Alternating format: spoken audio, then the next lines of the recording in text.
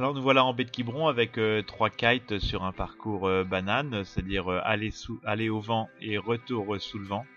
Et le départ vient d'être donné. On voit Pierre qui part sur la gauche du plan d'eau, tribord à mur, alors que la trace verte, Sébastien, est parti bâbord à mur en faisant un virement de bord juste après le départ. Et voilà un virement de bord de Pierre.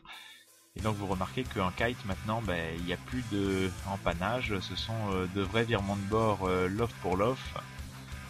Il n'y a plus de perte sous le vent lors des virements de bord. Puis là on voit les angles de remontée absolument hallucinants des kites aujourd'hui au vent, c'est-à-dire c'est à peu près du 50 degrés bord sur bord, surtout à ces vitesses entre 12 et 15 nœuds, ce qui représente à peu près 9-10 nœuds de VMG, ce qui est considérable, en tous les cas jamais vu sur d'autres supports, et puis les croisements sont assez rigolos à observer également. C'est là qu'on se dit que le kite est peut-être l'avenir de la voile, alors que nos deux protagonistes ratent leur leyline et sont obligés de faire une manœuvre juste à la bouée sous le vent.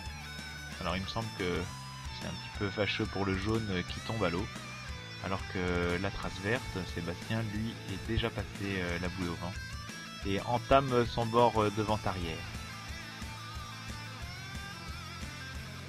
Voilà, Pierre attaque aussi son bord devant-arrière et puis on va afficher ses vitesses, car les vitesses s'affolent encore plus sur ces bords de portant, et surtout les écarts de vitesse sont impressionnants dans la mesure où Pierre a déjà rattrapé Sébastien et est en train de descendre bien plus rapidement que lui. Et puis voilà, Pierre va empanner pour la dernière fois et passer la ligne d'arrivée.